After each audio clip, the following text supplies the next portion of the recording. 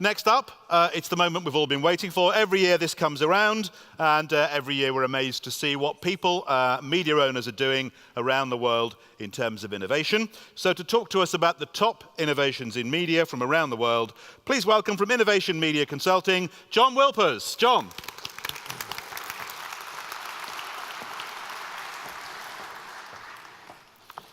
Good morning. Hey, very good, very good. Okay, now all we have to do, there we go, okay. All right, back in 2009, when we first started to do this book, there we go. We first started to do this book, I came back from doing the research and had to tell the people who I was working with, we're not entirely sure where we're going, fellas, and we're not really sure how to get there. Today, we have lots of proven trails, lots of guides who have shown us how to get there. And we're going to talk about them today, but we still have this mystery. With so many proven innovations and so many proven best practices, why do we still have so many suffering companies? And to us, the answer is elementary. The companies that are suffering are change resistant. Now, we're going to talk about a secret weapon to address that change resistance in your company at the end of the presentation. So the book is all about the most successful innovations in the world in magazine media. It's a result of 12 months of research and our consulting work globally. It comes down to a how-to guide to innovation. The agenda and the book chapters are messaging apps and chatbots, mobile, or what we're calling precision content, monetization, progressive and native apps, media tech, reinventing legacy teams, and the fun one, print innovation and offbeat. Now, I'm going to give you a lot of information, and people tell me I talk too fast and give you too much, but I'd rather you have a lot of information and pick and choose and go into the book than just have a couple snippets. So here we go. We're going to start with messaging apps and chatbots. All those sites and native apps you've been spending so much time and money to build, forget it. Sorry, the future is messaging apps and chatbots. The combined user base of the four top messaging apps exceeds the combined user base of the top 4 social networks. Messaging apps and chatbots are faster, smarter, easier to use, friendlier, more targeted, more secure, more personal, more satisfying, and more widely used. Mobile messaging apps are massive. Look at the numbers on the screen. The largest services have hundreds of millions of monthly active users. I'm sorry if I go too fast and you can't take a picture, so this will be available. You'll be able to get this. 10 million of the 40 million users of the messaging app Xiao Ice in China have told it that they love her. 10 million people love an app. On messaging apps, they spend an average of 30 minutes per session, and 80% would be willing to chat with the brand, with us. Some companies are actually doing conversational commerce, using those messaging apps and chatbots to drive sales. We think the chatbots, though, is a really sweet spot. This is the guy, believe it or not, I'd never heard of him. He invented hashtags, and when he talks, I listen. So he says it's a rare moment when it becomes clear that technological revolution is upon us, and he thinks that we're in that moment right now with messaging apps and chatbots. Here are a couple of examples from magazines. National Geographic, T-Rex, you could talk to a dinosaur. Guardian's Chef, tell me what's in your refrigerator, I'll tell you what you can cook. Here's some recipes. And the UK Vogue would let you talk to fashion designers. The benefits of bots, which I'm just going to go over quickly here, that's in detail in the book: scale, convenience, engagement, personalization, versatility, natural interaction, and a shining a light on dark social. How to measure whether you're succeeding with bot apps, and again, this is in the book in detail. Active and engaged rates, confusion triggers, conversation steps, average number of user conversations per session, and retention. So this guy from the Washington Post says, we're seeing the next phase of communication that blasts away anything we have seen before. And it will change how everybody uses the internet, from commerce to publishing. And this fellow says that if you've been on the fence, reconsider. So in the book, we talk about a detailed list of chatbot success. How to build a chatbot is remarkably easy. How to find examples of successful chatbots, and an explanation of the benefits. Okay, chapter 2, mobile, or what we're calling precision content. So let's pretend we're not in magazine media, right? We're car manufacturer, we're Toyota. So what we're going to do to save money and to save time and to make it easier on ourselves, what we're going to do is only make one car and only one color, right? Consumers would explode because a single product auto strategy would be suicidal. Now, how are we different when we put print content on desktop and then we put desktop content on mobile? We're basically delivering a single product. What we need are multiple products with unique attributes addressing unique multiple needs and behaviors, so it's needs and behaviors, not devices. Because needs and behaviors change throughout the day. So customers don't think about a device, they think about the tasks they need to complete and how best to complete it. So we create content precisely for the need at the moment, the best format for the moment, the best platform for the moment. Precision content. So what you do is you use your reader behavior to inform your content decisions, your publishing schedules, and your staff organization. And then you day part your content in terms of when you publish what you publish. And this is an example here. We did some work with a company and we actually looked at when do their readers come online, what content do they consume at what hour, and then we tailored the content to match that schedule. And then check your load time. This is outrageous. 70% of people will leave if a site takes too long, and there are tons of free systems that will check your site. And every publisher I look at loses. These people aren't part of FIPP anymore, so I thought it was safe. 26 seconds to load. If I was the CEO and I ran that test, I would call my digital guy up and say, hey pal, you've got about a half an hour. Because they also, not only do they tell you what's wrong, they tell you how to fix it. Look at that, they got an E, 51% out of 100. 77 on a score there. So it's very easy to find out what your readers are experiencing when they use your mobile device. More in the book again, how to utilize storytelling, 10 rules of mobile content, the root to fruit approach, how to enable them to talk to their mobile devices. Okay, chapter 3. How the heck do you make money in magazine media these days? I found Malcolm Forbes. He had a great piece of advice. His suggestion was, I made my money the old-fashioned way. I was very nice to a wealthy relative right before he died. So, what if you don't have a wealthy relative who's close to death, right? Well, there's no holy grail. There's no one super solution. Basically, what we're looking about is lots of eggs in lots of different baskets. And in the book, we talk about all the different ways you have to make money. Advertising, anti-ad blocking strategies, reader revenue, branded content, in-house agencies, distributed platform, e-commerce, events, messaging apps and chatbots, mobile advertising, native advertising, newsletters, programmatic, retail, and video. Now, that's way too much to cover today. So what I'm going to do is I'm just going to focus on a couple of them. 2, reader revenue and e-commerce. So reader revenue, if you're doing your job, you should be creating content, valuable content that the audience can't get anywhere else, and they should then be willing to pay for it. So if you look at what The Guardian did, this is an unbelievable number, they went from 15,000 paid subscribers to 100,000 in a year. They tested 30 different messages, and they found that the messages that worked talked about their independence and the cost of producing content. And the best platforms for getting that news out were newsletters and their own sites. E-commerce.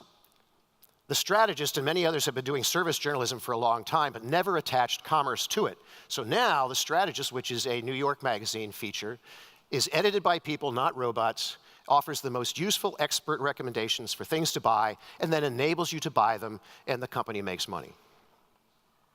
In Australia, Fairfax Media is going to double sales in 6 months by offering Australian arts, home goods, etc. And these guys, this is Dennis Publishing in the UK, they bought Buy a Car, because they were big in the car classified area, and now they sell 200 cars a month, and those sales represent 16% of the company's revenue. So in the book, we have why you should start an in-house branded agency, the pros and cons of advertising on distributed platforms, 7 chatbot business model ideas, and 8 tips for B2B publishers considering e-commerce. Okay. Next chapter. When was the last time that you ran into a no-brainer solution to a media problem? Probably never, right? Let's talk about native apps. There are 5 million apps in the combined app stores. Last year, 90 billion downloads, which was up 13 billion from the year before. Revenue's up 40%, and Apple did $3 billion in December, last December. But that is not the no-brainer, because app fatigue has set in. Half of US smartphone users don't download any new apps. They've had it. The average app loses 77% of its daily active users within 3 days.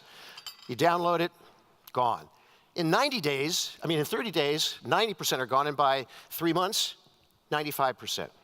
And the killer is that it costs a ton of money to create these, $50,000 to $100,000 for one app, and making it worse, 60% of the apps in the Google App Store have never been downloaded. Not like a couple times, never. Never. So, we hear about all this revenue from native apps, right? 90% is games. So native apps are hardly the no-brainer I was talking about. So what is a real no-brainer? Oh, sorry. That's our no-brainer. That's our no-brainer. The real no-brainer solution is progressive web apps, okay? What is a progressive web app? It uses modern web capabilities to deliver an app-like user experience. So developers build a mobile website that is fast and behaves just like an app. Here are some benefits. Once you go a couple times, the progressive web app will ask if you want to download the icon so that you can put it on your home screen and launch it just like a native app.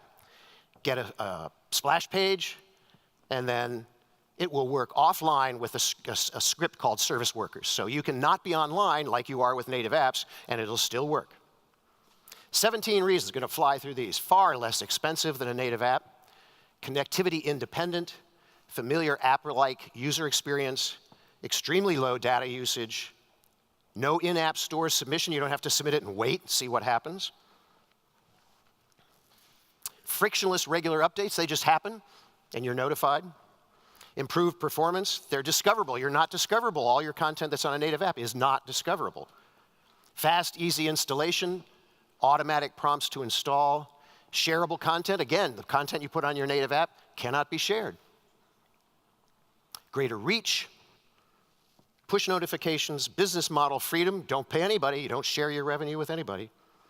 Easy, instant, one-platform app maintenance. They're responsive, and they're safe because they use HTTPS. So in the book, we talk about a detailed breakdown of each of those reasons. We give you 5 progressive web app examples. We talk about the install friction that apps go through. And then we talk about the temporary iOS problem because Apple does not accept service workers. All right, next chapter. In the tsunami of media tech, which tools do you use, right? Because if you look at us today, we've got augmented reality, virtual reality, 360 messaging apps, artificial intelligence, chatbots, device, beacons, collaboration tools, automatic. I mean, this is just, there's that phrase, cross a rabbi's eyes. That's what would happen here. So what we're in is an area of tech overload. You can't do everything. What do you do? How do you determine which tech tools are right for you? We think you have to answer 5 questions first. And those 5 questions are, decide exactly who your audience is. All the companies we go talk to, I'd say 90% cannot tell me in a single sentence who their audiences are. You need to know that. And then you need to know what types of information do they want, where do they look for it, in what format, what hours of the day. Once you answer those questions, then you can begin to look at the tech that will answer the needs of your readers. So in the book, we take a look at this tech smorgasbord that all of you guys have access to: advertising tech, analytics, artificial intelligence, augmented reality, beacons, content, email tech, video tech, virtual reality, and voice-activated personal assistants. So we're going to focus on 3 today: analytics tech, virtual reality, and voice-activated. Oops. So, analytics tech, first one. Analytics is so much more than just those screens that we all finally got to put up in our editorial departments that really nobody looks at, right? because most editorial departments just get raw numbers and their individual metrics. They don't receive any sophisticated data about what the data means, any interpretation, so they can use it from everything from story selection to presentation to publication and platforms. So there's very little long-term strategic use of data to address editorial priorities and underpin the organization priorities. Some companies like Die Welt here in Germany took it upon themselves and they came up with a 6-item system to come up with an article score that looks at page views, time spent, video, social shares, bounce rate, and how many subscriptions, and they put it together into an article score. There's a company here today called Content Insights from Belgrade. What they do is they look at 30 different scores, 30 different points, and apply 70 different algorithmic formulas based on the need of the company. So it's not like looking at these individual things, they look at how does it affect? So here's an example, number of articles and article reads. So here, arts and entertainment, they spend about 9% of their time writing entertainment articles. Over here, they're read 21% of the time. There's a disconnect, right? And on the other hand, they spend 13% of their time writing lifestyle and only 8% as the reader. So what this guy says, who's their content guy, says real-time analytics are to a journalist like a cross between seeing their name up in Beatle-sized lights and being offered a free smorgasbord of Class A drugs. So in essence, what these real-time analytics do is basically just encourage clickbait. Because you're looking at one story, how can we make that story better, as opposed to how does that story fit into the grand scheme of things. So the CPI that they're talking about, the Content Performance Indicator, is looking at how does every story and generally types of stories contribute to the goals of the company. Topic 2, virtual reality and 360. Virtual reality is really cool, right? It's an imagined experience out of the present. You control it. You decide what road to go down or who to blow up. But it also is ridiculously expensive. The audience equipped to experience it is very, very small. And advertisers, on account of that, are not interested. There's an accessible subset to virtual reality, the passenger form of virtual reality, which is 360 video, that the makers of it take you on their journey with them. And it is still an immersive, out-of-the-ordinary experience. It's far less expensive, far greater reach, and of interest to advertisers. For example, the New York Times 360 video has 850,000 downloads and 10 million views. They spend 6.5 minutes on every video. And what we thought was impossible just a year ago, journalists who've never even thought of shooting a 360 video, never mind editing it, are now doing it because the tools are now extremely affordable. And the journalists themselves are realizing they have to become multimedia journalists. Topic 3, voice-activated personal assistants. Do you remember HAL in 2001 Space Odyssey?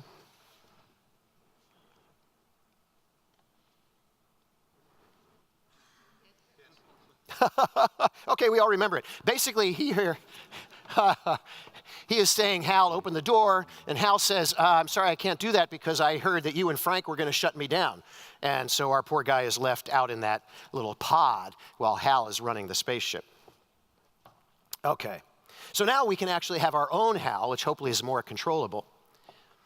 Voice-activated personal assistants like Amazon's Echo, Apple's Siri, Google Home, Microsoft's Cortana, and it will dramatically change the content and customer relations game. Whether you're talking about editorial here, whether you're talking about customer service, advertising, it's massive potential change. So need information? No keyboard? No problem. Now, whenever a reader needs information, all they have to do is speak up. So this is a massive opportunity to further cement ourselves in our readers' lives, but it's also another opportunity to lose ground like we did with the internet. Like, oh, no, this is not real. This is very real.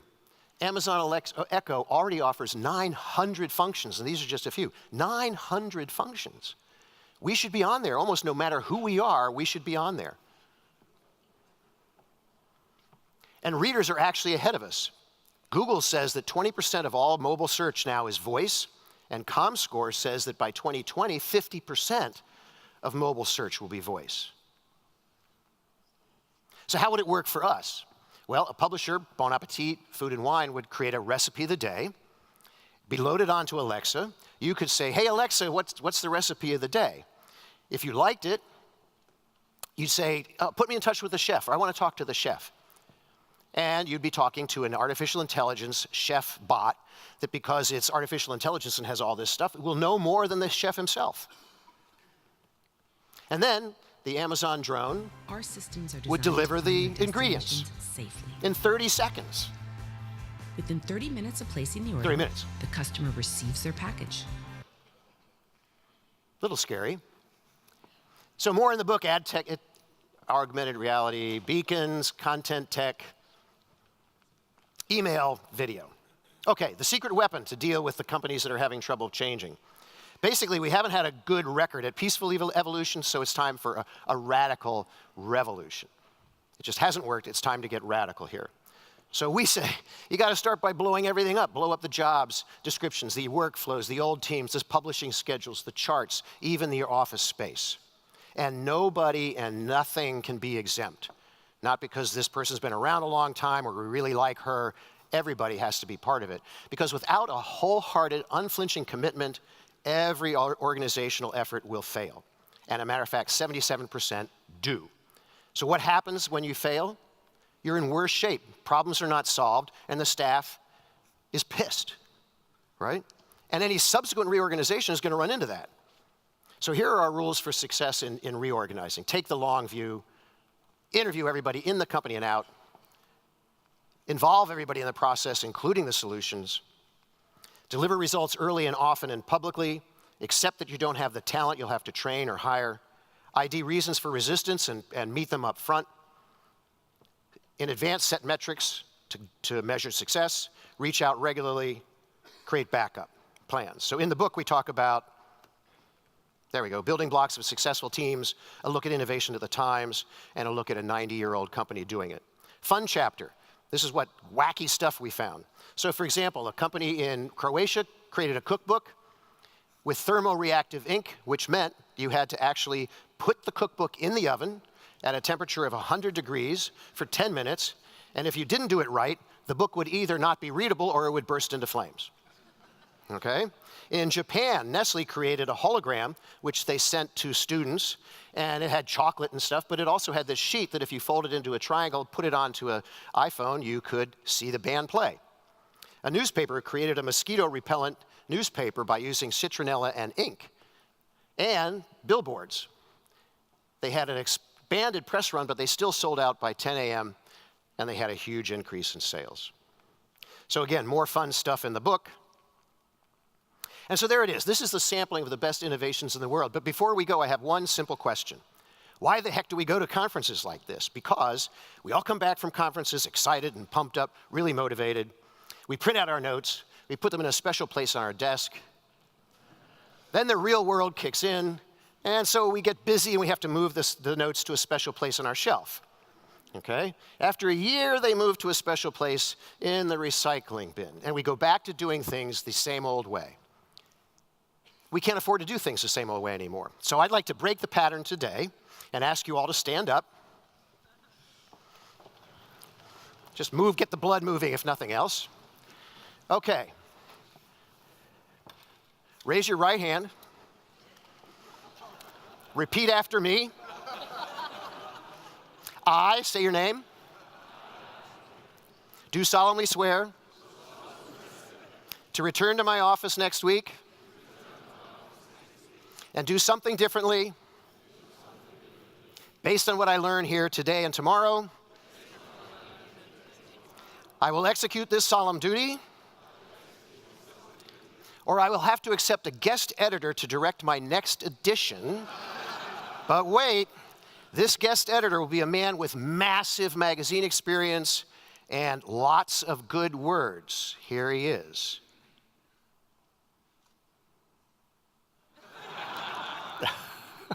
All right, isn't that a good incentive, right? All right, you may sit down. Thank you.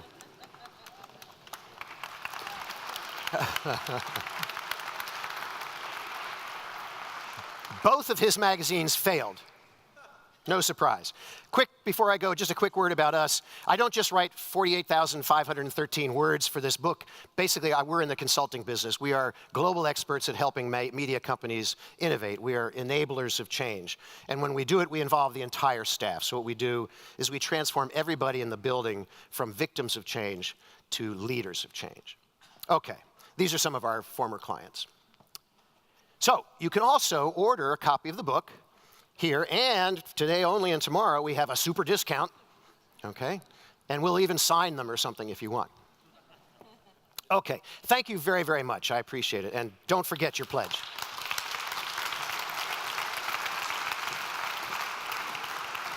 John, thank you. Time's against us, so I'm assuming questions are all answered in the book, basically. The Indeed. answer to the question is by the book. So thank you again, John Wilpers. I will be at the FIPP booth if you have questions about the book or about anything you heard today. So back there with the FIPP, I'm happy to talk to anybody about any of it. Great. Thanks again, Thank John. you. Cheers.